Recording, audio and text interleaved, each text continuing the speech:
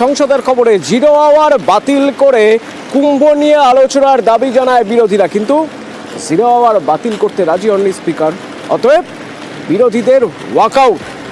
মৈত্রেয়ী রয়েছেন আমার সঙ্গে নয়াদিল্লি থেকে সরাসরি। মৈত্রেয়ী, এই নজির তো আগেও রয়েছে, বছর দুয়েক আগে জিরো আওয়ার বাতিল হয়েছিল, তো দুটোর প্রেক্ষিত হয়তো আলাদা।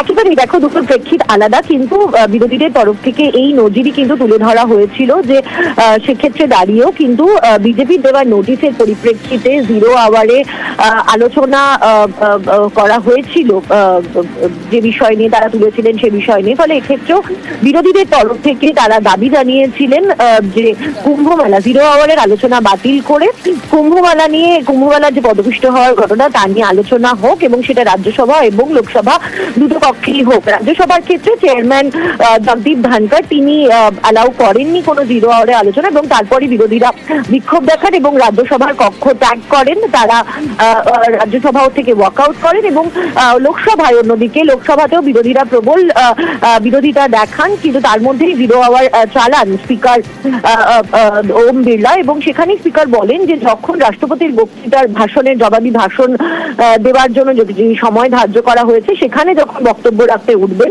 সমস্ত বিরোধী দলের তরফ থেকে তারা তাদের যে বিষয়গুলি তারা চান সেই বিষয়গুলি নিয়ে তারা উত্থাপন করতে পারেন, কিন্তু কোনোভাবেই জিরো আওয়ার বাতিল করা হবে না, স্পষ্ট জানিয়ে দেন স্পিকার ওম বিড়লা। এবং তারপরে বিরোধীরা বিক্ষোভ দেখাতে থাকেন, এবং সব মিলিয়ে আজকে কুম্ভ নিয়ে যে বিরোধীরা আলোচনা চেয়েছিলেন সেটি কোনো কক্ষেই অ্যালাউ করা হলো না, এবং বিরোধীরা তার ফলে ওয়াকআউট করলেন দুকক্ষ থেকেই।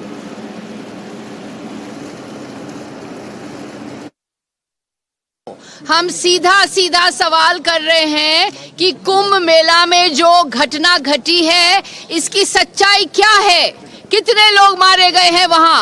खोजी पत्रकार बता रहे हैं कि जो सरकार बोल रही है कि 30 लोग मारे गए हैं और बहुत ज्यादा संख्या में लोग मारे गए हैं। इसीलिए हमने रूल 267 के नीचे हमने नोटिस दी है कि कुंभ मेला में जो हादसा हुआ है उस पे सच्चाई बताओ, पर हमारा रूल 267 नोटिस को अलाउ नहीं किया गया है, 267 एक्सेप्ट नहीं किया, इसीलिए विपक्ष ने राज्यसभा से आज वॉकआउट किया है।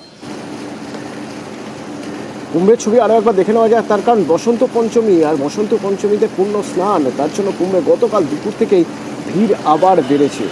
অর্থাৎ রবিবার দুপুর থেকে যে ভিড় বেড়েছে সেই ভিড় এখনো পর্যন্ত রয়ে গিয়েছে। আজ সকাল 6:53 বসন্ত পঞ্চমী তিথি শুরু, অমৃত যোগ সকাল 7:47 পর্যন্ত।